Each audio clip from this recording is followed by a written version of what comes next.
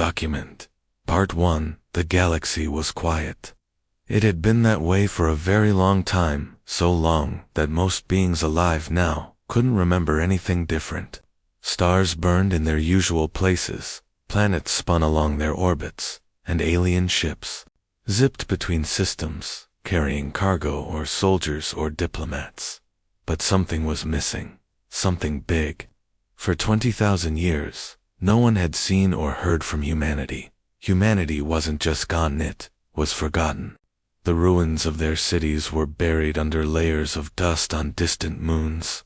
Their artifacts were scattered across abandoned colonies, picked apart by scavengers who didn't know what they were looking at. Some species told stories about the old ones, a race said to have built wonders beyond imagining before vanishing without explanation. Most dismissed these tales as myths. Bedtime stories meant to scare children or entertain elders. But deep in the cold void of space, far from any star system, something stirred. A ship drifted silently through the darkness, its hull scarred by micrometeorites and cosmic radiation. It was old, a relic of another age, but still intact. Its shape was sleek yet imposing, with sharp edges and smooth curves designed for speed and stealth. Along its side, faded letters spelled out a name, USS Horizon.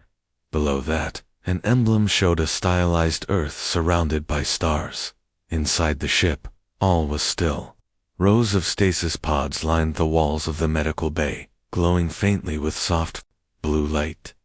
Inside each pod lay a person, suspended in time. Their faces were peaceful, untouched by the passage of millennia. They wore uniforms marked with insignias of rank and role, though the colors had dulled over the centuries. These were soldiers, scientists, engineers, all part of a crew chosen for a mission so important that it required them to leave behind everything they knew. At the heart of the ship, a machine hummed softly. It was an AI core, ancient but sophisticated, tasked with keeping watch while the crew slept. For 20,000 years, it had performed its duty faithfully, monitoring the ship's systems and scanning for signs of danger. And for 20,000 years, it found nothing.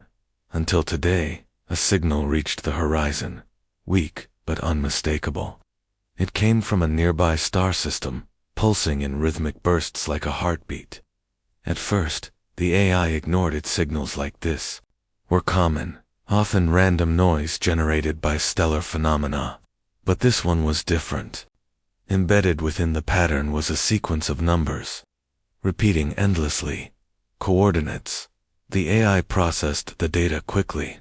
The coordinates pointed to a habitable planet orbiting a yellow dwarf star, not unlike Sol, the sun humanity once called home. The signal itself was crude, lacking the complexity of modern communications. Still, it was enough to trigger the awakening protocol. After all, the ship's primary directive was clear: seek out signs of intelligent life and respond accordingly. One by one, the stasis pods began to power down. The blue lights dimmed, replaced by a steady green glow. Inside the pods, muscles twitched as bodies adjusted to movement after eons of immobility. Lungs filled with air for the first time in thousands of years. Eyes fluttered open, blinking against the harsh artificial light. Captain Daniel Carter was the first to regain full consciousness. He sat up slowly, groaning as his body protested the sudden change. His mind felt foggy, clouded by confusion and disorientation. Where was he? What had happened? Memories trickled back piece by piece: the mission, the launch, the promise of exploration. Then, nothing. Just blackness. Daniel swung his legs over the edge of the pod and stood shakily. He glanced around the room, taking stock of his surroundings. 5 other pods lined the walls, their occupants beginning to stir. To his left, Lieutenant Laura Bennett blinked rapidly, trying to focus her vision. Across from her, Chief Engineer Ryan Foster rubbed his temples, muttering under his breath. Nearby, Dr. Emily Dawson stretched her arms above her head, grimacing as joints cracked audibly. Communications specialist Alex Rivera and security officer Marcus Kane were slower too. Wake, their movements sluggish, but deliberate.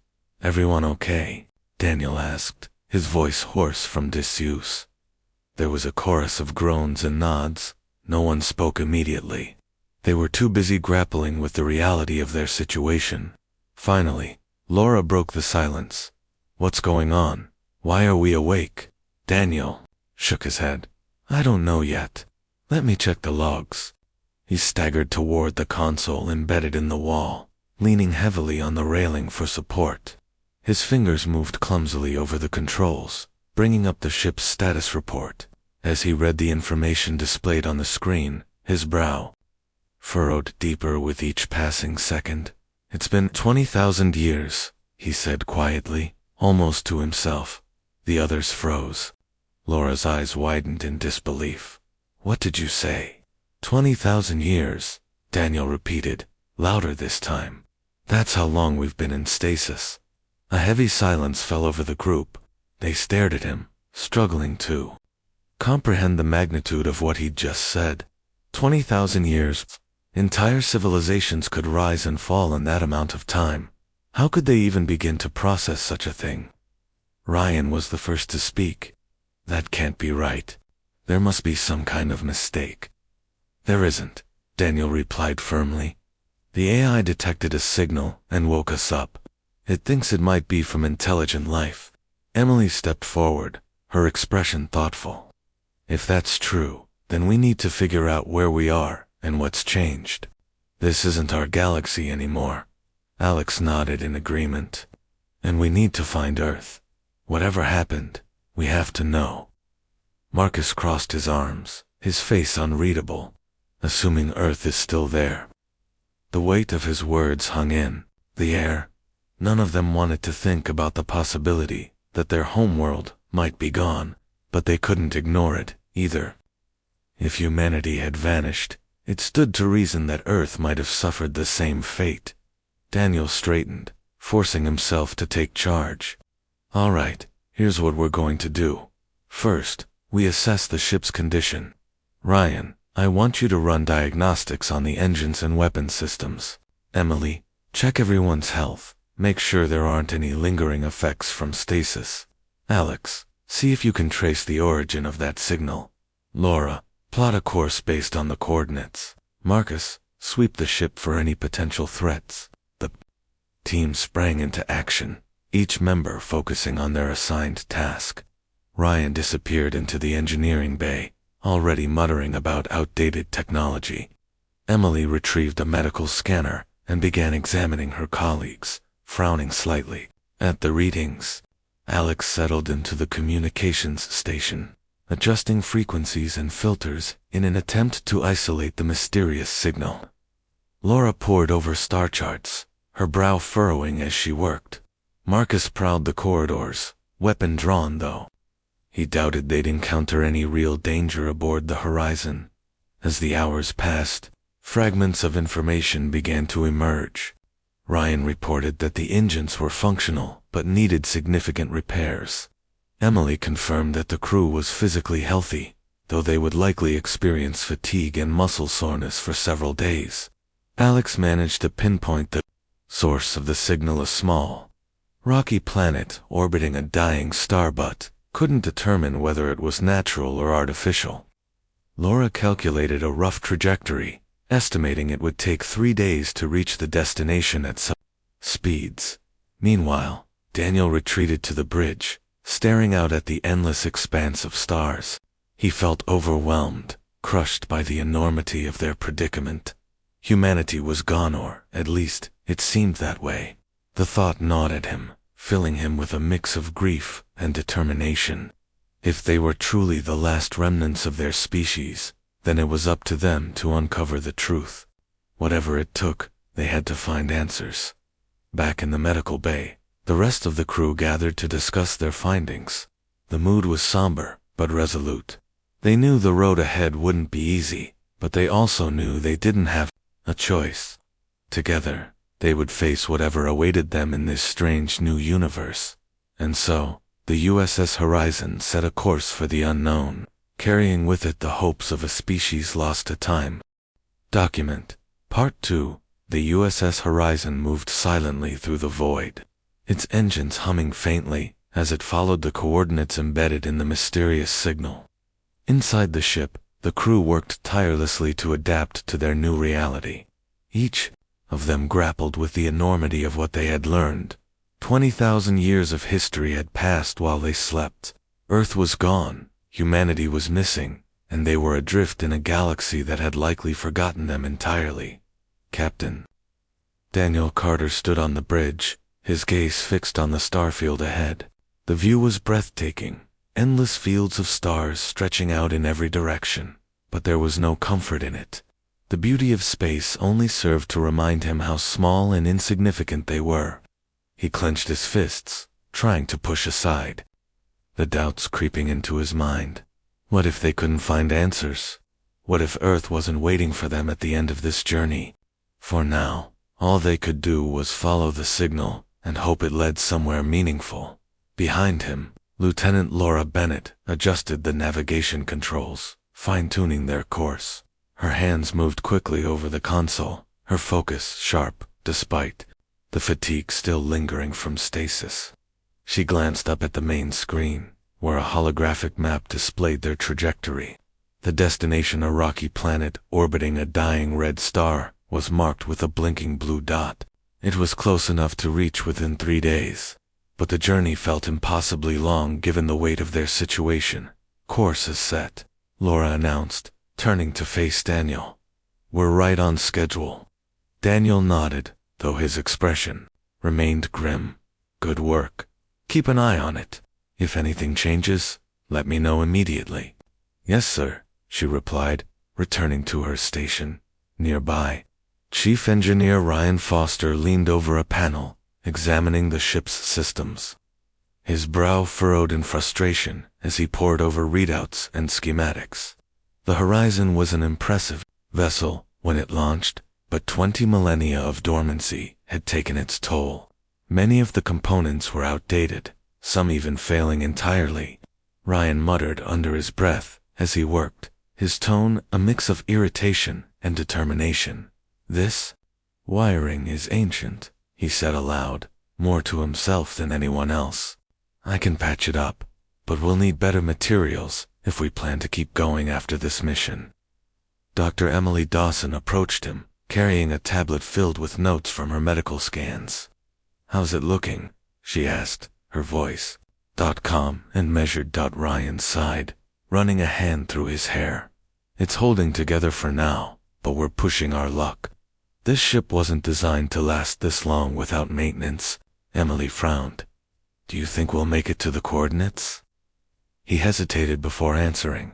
Probably, but I wouldn't bet on making it much farther after that. We'll need to find supplies or maybe another ship if we want to survive. Emily nodded thoughtfully, jotting down a reminder to prioritize resource gathering once they reached their destination. She turned her attention back to the crew's health, reviewing the data she had collected earlier. Everyone seemed physically stable, but the psychological toll of their awakening was harder to measure. 20,000 years was a staggering amount of time, and the shock of losing their entire civilization would take its toll sooner or later in the communications bay. Alex Rivera sat hunched over his station, headphones clamped tightly around his ears. The signal that had awakened them continued to pulse faintly, growing stronger as they drew closer to its source. He adjusted dials and filters, trying to isolate any additional information hidden within the transmission. So far, it remained frustratingly simple, a repeating sequence of numbers pointing to the same set of coordinates. Anything useful? Marcus Kane asked, leaning against the doorway. His arms were crossed, and his posture radiated tension. As the ship's security officer, he was responsible for keeping everyone safe, but so far, there hadn't been much for him to do. Still, he stayed alert, watching for any sign of trouble. Alex shook his head. Not yet. Whoever sent this message didn't leave much to go on. No language, no identifying markers, just numbers. Marcus frowned. Could it be automated? Maybe some kind of beacon left behind by whoever lived there. It's possible, Alex admitted. But why send coordinates? And why now? This thing has probably been broadcasting for centuries. Maybe it detected us, Marcus suggested. Or maybe it's a trap. The thought hung in the air between them, unspoken but undeniable. After 20,000 years, they had no way of knowing who or what might be waiting for them at the end of their journey. For all they knew, the galaxy had changed drastically since their departure. Humanity might not even exist anymore, erased by time or conflict or something worse. Back in the medical bay, Emily finished her rounds and joined Daniel on the bridge. She took a seat beside him, her expression serious. "How are you holding up?" she asked gently. Daniel exhaled slowly, rubbing his temples. "Honestly, not great. Every hour that passes feels heavier than the last. I keep thinking about Earth, about everything we've lost. It's hard to stay focused." Emily placed a reassuring hand on his shoulder. "You're doing the best you can. That's all anyone can ask of you. We'll get through this together." Her words brought a small measure of comfort, but Daniel knew the road ahead would be difficult.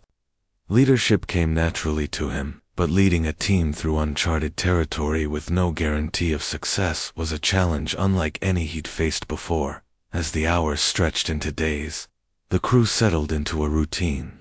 Ryan divided his time between repairing critical systems and cataloging spare parts, determined to keep the ship operational.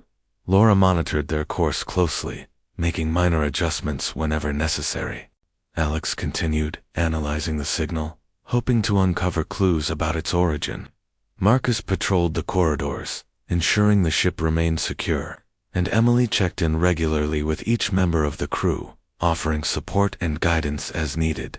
Despite their efforts, the tension aboard the Horizon grew palpable. The closer they got to the coordinates, the more questions arose.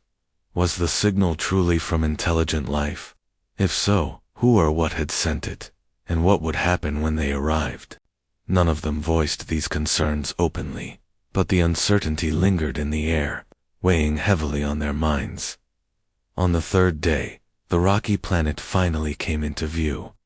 It was smaller than Earth, its surface scarred by craters and barren landscapes. A thin atmosphere clung to it, barely visible against the backdrop of space. Orbiting the planet was a ring of debris, remnants of satellites, ships, or structures that had long since fallen into disrepair. The sight was both awe-inspiring and eerie, a testament to the passage of time. "That's it," Laura said, pointing to the main screen. "We've reached the coordinates." Daniel leaned forward, studying the image intently. "Any signs of activity?" Laura shook her head. "Nothing obvious, but there's definitely something down there. Sensors are picking up traces of metal and energy readings." Ryan spoke up from his station. "Could be ruins, or maybe someone's still using the place, or maybe it's abandoned," Marcus added, his tone cautious. "We should proceed carefully." Daniel agreed. "All right, here's the plan. Laura, stay on the ship and maintain communication. Ryan, prep a shuttle for landing wheel. Take a team down to investigate. Marcus, you're with me. Emily, stay here in case anyone needs medical attention. Alex, keep monitoring the signal. If anything changes, let us know immediately." The others nodded, already moving to carry out their tasks. Ryan disappeared into the hangar bay, double-checking the shuttle's systems. Marcus's retrieved weapons and gear, ensuring they were prepared for whatever awaited them. Emily returned to the medical bay, organizing supplies in case of emergencies. Meanwhile, Daniel suited up, his mind racing with possibilities, as the shuttle detached from the horizon and descended toward the planet's surface. The crew braced themselves for the unknown. Below them, the landscape grew clearer, cracked earth, jagged cliffs, and strange formations that looked almost artificial. In the distance, a cluster of buildings rose from the ground, their shapes distorted by time and decay. It was impossible to tell whether they were ruins or remnants of a functioning settlement. when the shuttle touched down. Daniel stepped out first, his boots crunching against the dry soil. The air was thin but breathable, carrying a faint metallic tang. He scanned the area, his weapon ready. Marcus followed close behind, his eyes darting back and forth as he searched for threats. Ryan brought up the rear, carrying a scanner to analyze the environment. The silence was oppressive, broken only by the sound of their footsteps and the occasional gust of wind. The buildings loomed ahead, their walls cracked and crumbling. Strange symbols were etched into the stone, faded but still legible. Daniel recognized some of them. They were human, though written in a script he didn't fully understand. "This place, it's ours," he murmured, his voice tinged with awe. Marcus tightened his grip on his weapon. "Let's move carefully. We don't know what's waiting for us." They advanced cautiously, stepping through the entrance of the largest structure. Inside, the air was cooler, carrying the faint scent of ozone. Dust covered everything, coating floors and furniture in a thick layer. Panels lined the walls, their surfaces dark and lifeless. In the center of the room stood a pedestal, glowing faintly with a soft blue light. Daniel App. Document. Part 3. The crew of the USS Horizon stood frozen, their eyes locked on the holographic figure that had appeared before them. The woman's calm voice still echoed in the air, her message lingering like a ghost from the past. Humanity wasn't gone, it had scattered, leaving behind fragments of its existence. But the questions remained. Where had they gone? Why had they left? And what did this outpost mean for their mission? Daniel Carter was the first to break the silence. "This changes everything," he said quietly, his voice heavy with both hope and dread. He turned to the others, his expression resolute. "We need to search this place thoroughly. There might be more information, hear logs, maps, anything that can tell us what happened." Ryan Foster stepped forward, his scanner already humming as it scanned the room. "There's power running through this building," he said, glancing at the readouts. "Not much, but enough to keep some systems alive. If we're lucky, we'll find something useful." Marcus Kane tightened his grip on his weapon, his sharp gaze scanning the shadows. "Let's not forget we don't know who or what else might be here. Stay alert." Emily Dawson nodded, her medical kit slung over her shoulder. "I'll stick close to you all. If anyone gets hurt, I need to be ready." Alex Rivera lingered near the pedestal, examining the device that had triggered the hologram. "This thing is ancient, but it's advanced. Whoever built it knew what they were doing. Maybe there's a way to access the data directly." Daniel gave a quick nod. "Good idea. See if you can interface with it. The rest of us will split up and explore. Marcus, you're with me. Ryan, see if you can find the source of the power. Emily, stay with Alex in case he needs help."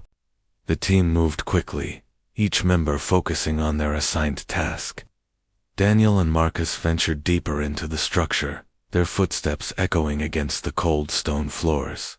The walls were lined with panels covered in faded symbols and diagrams, remnants of a civilization long since abandoned. Every step felt heavier than the last, as though the weight of history pressed down on them. "This place gives me the creeps," Marcus muttered, his voice barely above a whisper. "It's like walking through a graveyard." Daniel didn't respond immediately. His mind was racing, trying to piece together the fragments of the past. "These symbols, they're human," he said finally, pointing to one of the panels. "But they're different from anything I've seen before. It's like an evolution of our language." Marcus frowned. "You think whoever made this adapted it after humanity left Earth?" "Maybe," Daniel replied. "Or maybe they created it here, after settling on this planet. Either way, it proves one thing: humanity survived longer than we thought." As they continued exploring, they discovered rooms filled with strange equipment. Some looked like tools or machines, while others resembled communication devices. Everything was coated in a thick layer of dust, untouched for centuries. In one room, they found shelves stacked with metal cases. When Daniel opened one, he found it filled with small disks, marked with unfamiliar markings. These could be data storage units, he said, holding one up to examine it. If Alex can figure out how to read them, we might get some answers. Back in the main chamber, Alex worked tirelessly to connect the device to his portable terminal. Emily hovered nearby, watching him carefully. "How's it going?" she asked after a moment. "It's slow," Alex admitted, his fingers flying over the keyboard.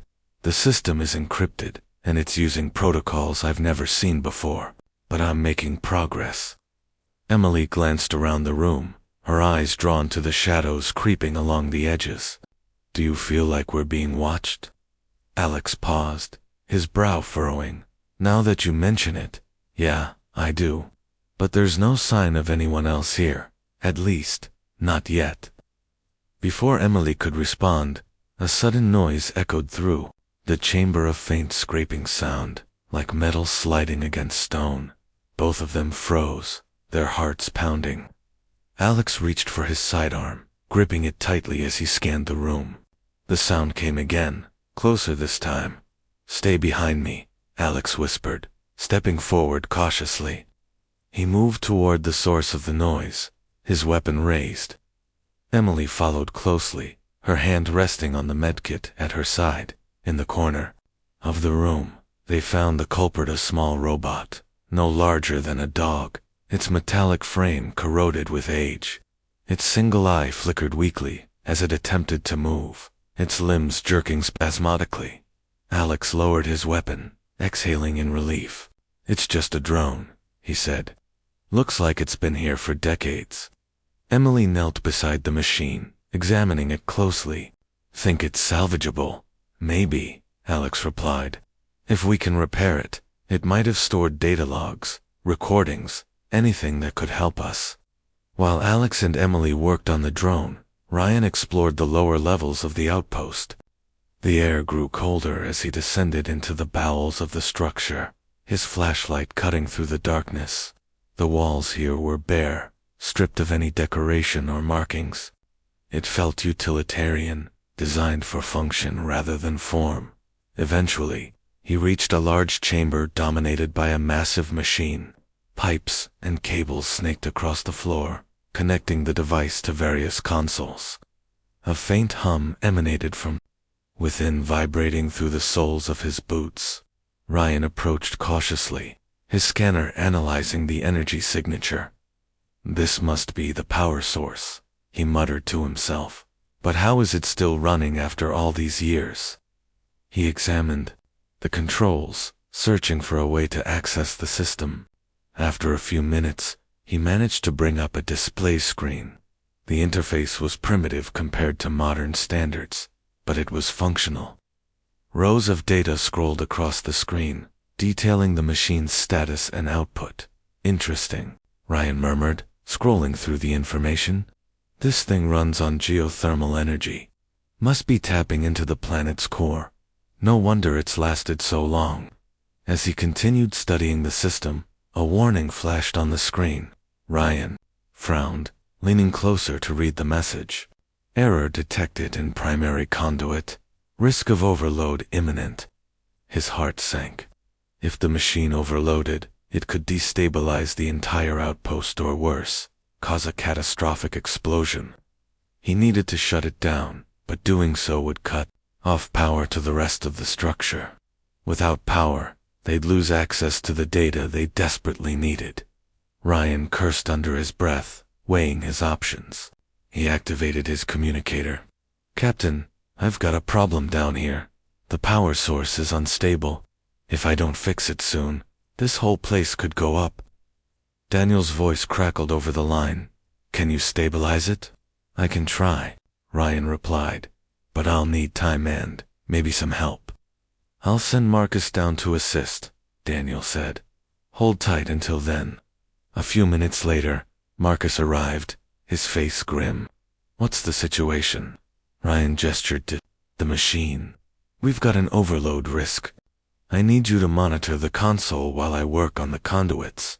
If anything goes wrong, hit the emergency shutdown button." Marcus nodded, taking his position at the controls. Got it. Let's do this. Together, they worked frantically, their movements precise and coordinated. Ryan crawled beneath the machine, inspecting the damaged conduits. Sparks flew as he repaired the faulty connections, sweat dripping from his brow despite the freezing temperature.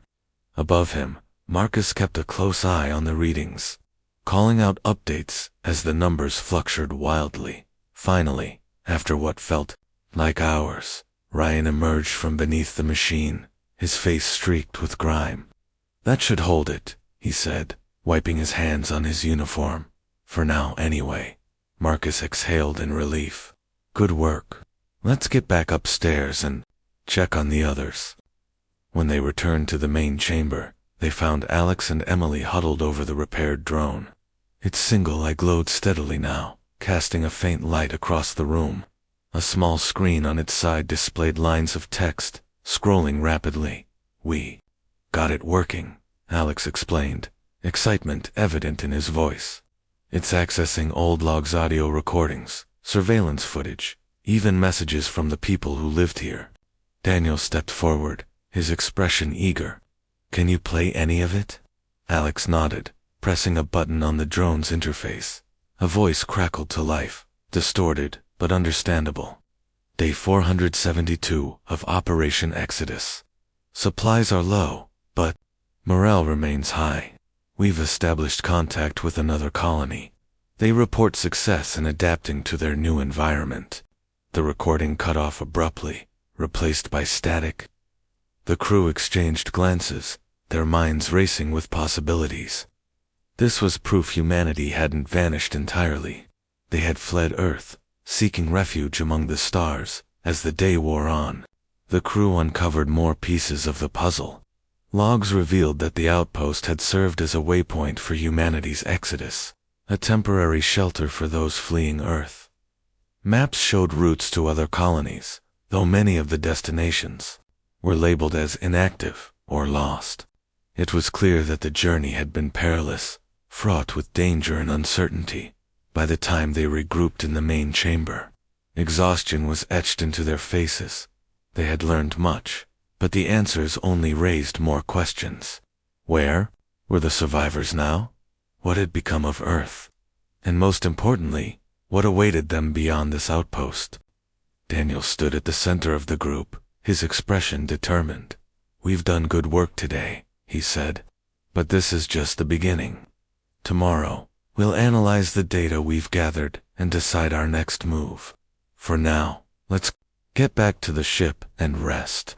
We'll need our strength for what comes next." Document. Part for the crew of the USS Horizon returned to their ship in silence, each lost in their own thoughts. The discoveries at the outpost had been both enlightening and unsettling. Humanity hadn't vanished entirely, it had scattered, leaving behind fragments of its existence like breadcrumbs for future generations to follow. But the questions still loomed large. Where had humanity gone? Why had they fled Earth? And what dangers might lie ahead as they pieced together the remnants of their species' past? Back aboard the Horizon, the team gathered in the briefing room to discuss their findings. The holographic woman's message played on a loop in Daniel Carter's mind. Her calm yet sorrowful voice a constant reminder of the weight of their mission. He stood at the head of the table, his hands resting on the surface as he addressed the group. "We know now that humanity didn't just disappear," he began, his tone steady but heavy with emotion.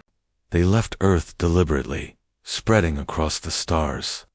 This outpost was one of many waypoints, a place to regroup and prepare for whatever came next." Ryan Foster leaned back in his chair, arms crossed. But why leave Earth? What could have forced them to abandon their homeworld?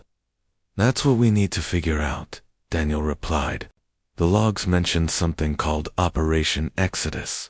It sounds like a massive evacuation effort.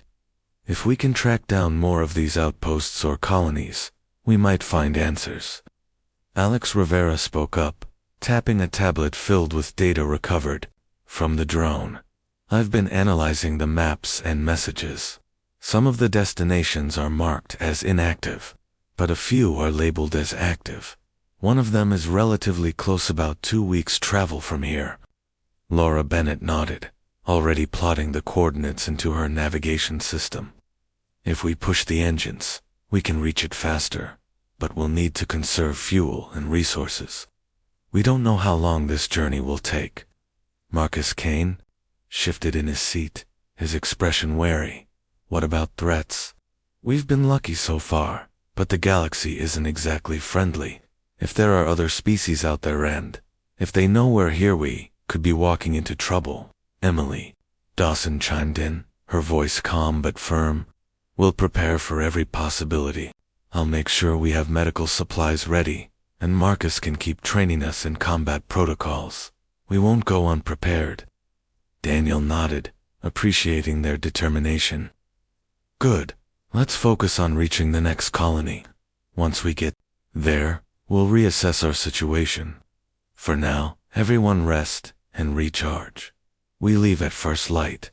The next morning, the Horizon set course for the new coordinates. The journey was tense, each day bringing them closer to the unknown. As they traveled, Alex continued poring over the data from the outpost, searching for any additional clues. Meanwhile, Ryan worked tirelessly to ensure the ship remained operational, patching up systems and monitoring power levels. Laura kept a close eye on their trajectory, making adjustments whenever necessary. On the 5th day, something unexpected happened. While scanning nearby space, Alex picked up faint transmissions voices speaking in languages unfamiliar to him. He adjusted the frequency, trying to isolate the signal. After a few minutes, he managed to translate parts of it using the ship's translation software. "Captain," Alex called out, his voice tinged with urgency. "We've got company." Daniel hurried to the communications bay, where Alex was seated, headphones clamped around his ears. "What did you find?" Daniel asked. "It's an alien vessel," Alex explained, pointing to the screen. "They're hailing us. I think they're trying to communicate." Daniel frowned. "Can you understand them?" "Not fully," Alex admitted. "Their language is complex, but the translation software is helping. They seem curious, maybe even cautious." "Patch it through to the bridge," Daniel instructed. "Let's see what they want." Moments later, the alien voices crackled over the ship's speakers. The words were distorted, but the translation software provided subtitles scrolling across the main screen. The aliens identified themselves as the Zorathians, a reptilian species known for their advanced technology and aggressive expansionist policies. They demanded identification and expressed interest in the Horizon. "This doesn't feel right," Marcus said, standing beside Daniel. "Why would they approach us now? Do they know who or what we are?" Daniel hesitated before responding. "Maybe they recognize the design of our ship. Or maybe they've encountered humans before." Before he could decide how to respond, another transmission interrupted the first. This one was clearer, spoken in broken but understandable English. A female voice introduced herself as Taylor Voss, a human smuggler operating in the region. "Human," Daniel repeated, stunned. "Are you sure?" Tyler's voice came again, calm and measured. "Yes. I heard your exchange with the Zorathians. I can help you if you let me." Daniel exchanged glances with the others.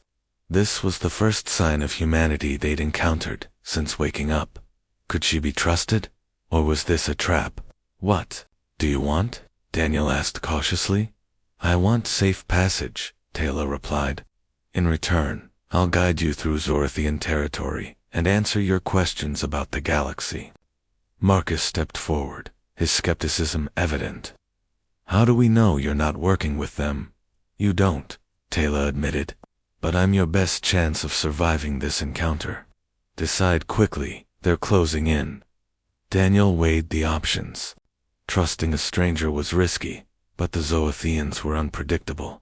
With no time to spare, he made his decision. "All right, Taylor, we'll meet you halfway. But if you betray us, we won't hesitate to act." "Fair enough," Taylor responded. "Prepare for docking.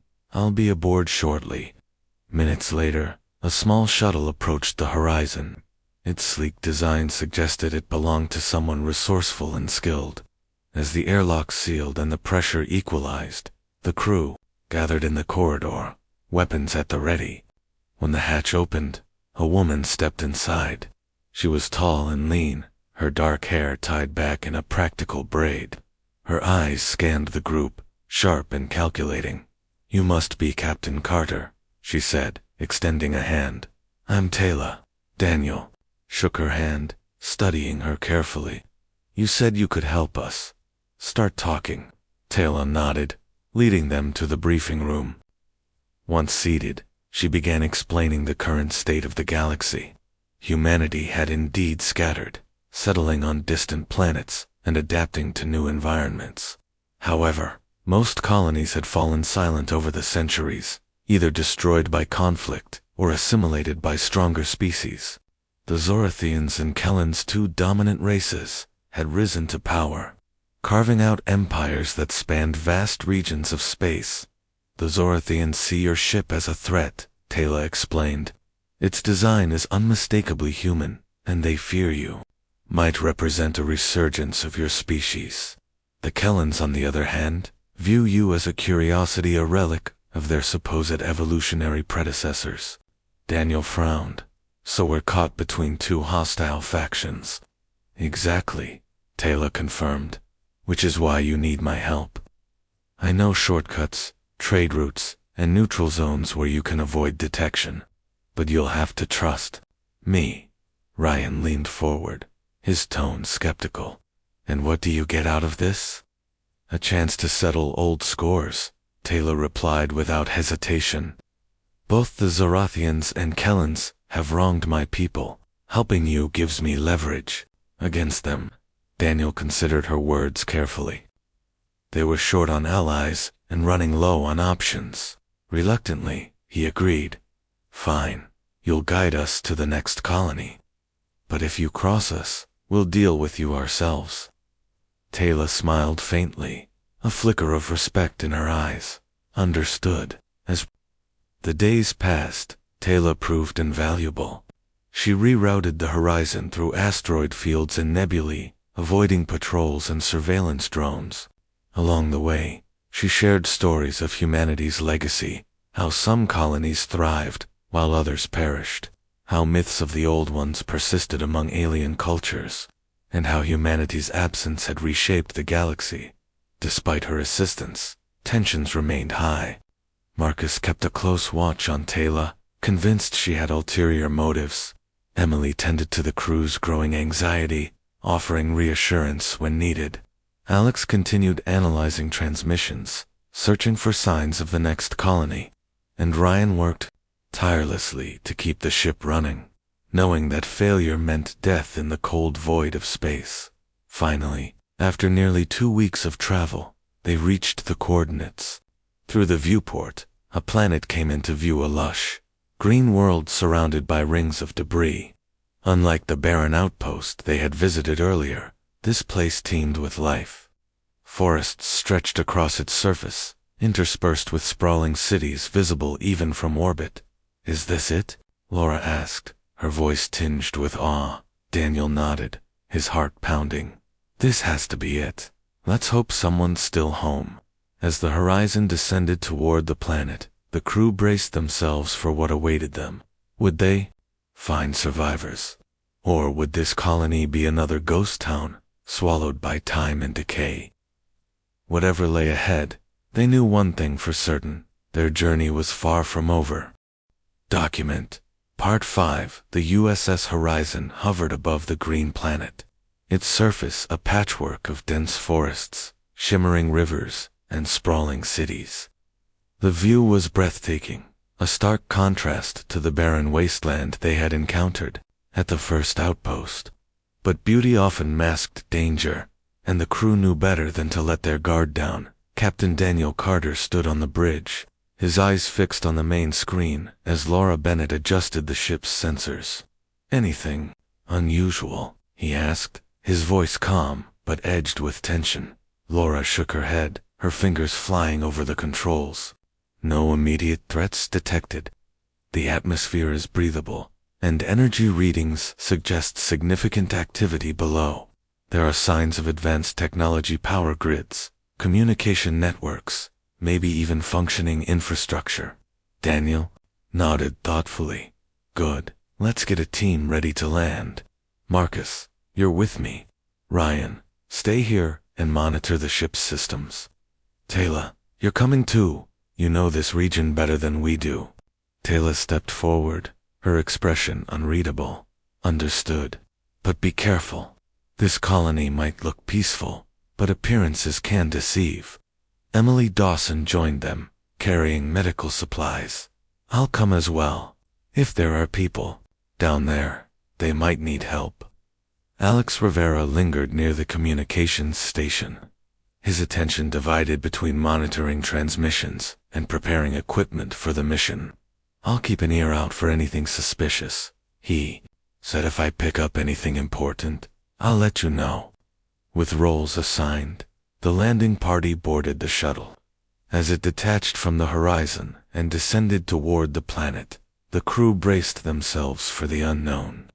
Below them, the landscape grew clearer, towering trees gave way to open fields, and in the distance, the ruins of ancient structures mingled with newer buildings. It was a strange blend of old and new, evidence of humanity's resilience and adaptability. When the shuttle touched down, the team disembarked cautiously. The air smelled fresh, tinged with the scent of earth and vegetation. Birds chirped in the distance, their calls echoing through the forest.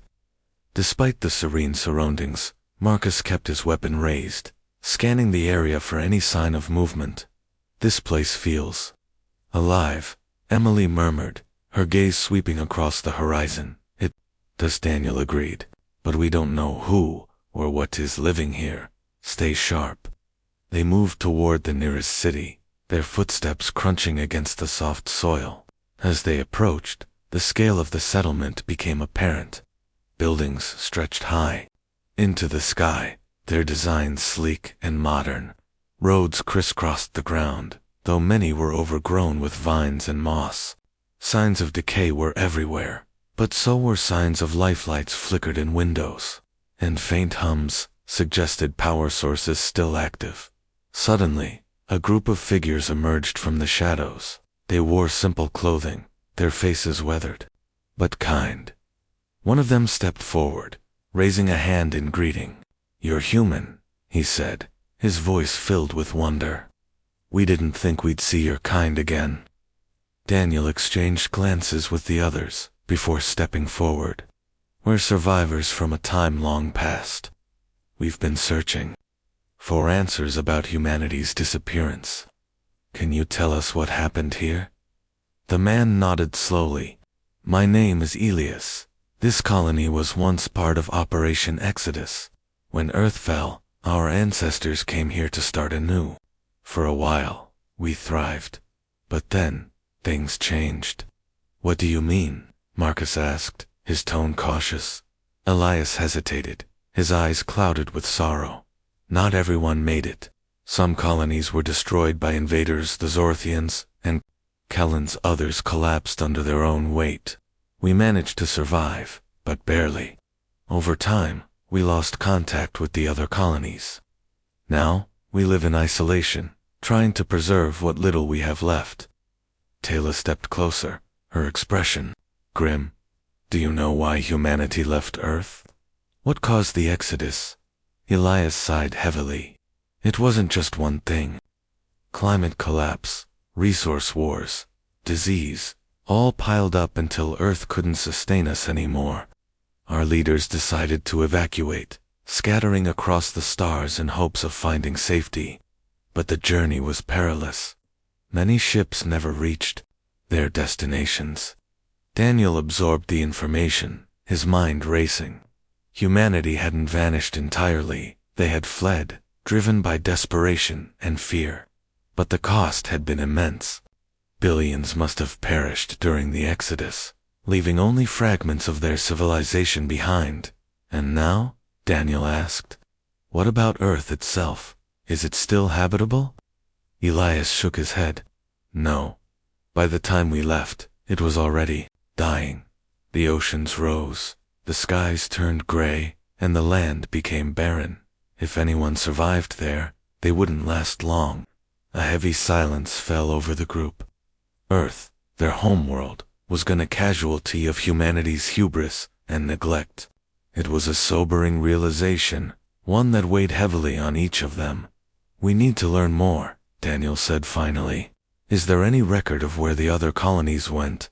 Any maps or logs?" Elias nodded. "There's an archive in the central tower. It holds records of every colony established during the Exodus. But accessing it won't be easy. It's protected by security protocols designed to prevent unauthorized entry." Ryan spoke up, his curiosity piqued. "I can handle that. Give me some time, and I'll crack it." "Then let's move," Daniel ordered. "Elias, take us to the archive." The group followed Elias through the city, weaving between crumbling buildings and overgrown streets. Along the way, they passed other survivors, men, women, and children, going about their daily lives. Their expressions were wary but hopeful, as if the arrival of outsiders carried both promise and peril. When they reached the central tower, its sheer size took their breath away. The structure soared into the clouds, its glass facade reflecting the sunlight. Inside, the air was cool and sterile, a stark contrast to the wildness outside. Rows of consoles lined the walls, their screens dark and lifeless. In the center of the room stood a massive terminal, glowing faintly with a blue light. "This is it," Elias said, gesturing to the terminal. "The archive. Everything you need is in there, but be warned. Some of the data may be corrupted. Time hasn't been kind to these systems." Ryan knelt beside the terminal, his tools already in hand. "Let me work my magic." As Ryan focused on unlocking the archive, the others explored the surrounding area. Marcus kept watch near the entrance, his eyes scanning for any sign of trouble. Emily tended to a small group of children who had gathered nearby, offering them snacks and smiles. Daniel and Taylor wandered deeper into the tower, searching for additional clues. In one of the rooms, they found murals depicting scenes from humanity's history. There were images of Earth, its oceans, mountains, and cities, well as depictions of the Exodus. Ships launched into space, carrying families and supplies. Other panels showed colonies thriving on distant worlds, their inhabitants adapting to new environments. But the final mural was darker, showing flames and destruction. It was a grim reminder of the fragility of civilization. "This is why we need to find the other colonies," Daniel said quietly, his voice filled with resolve. "To honor what they started, to rebuild what was lost." Taylor nodded, her expression thoughtful. "It won't be easy. The galaxy has changed, and not everyone will welcome us back.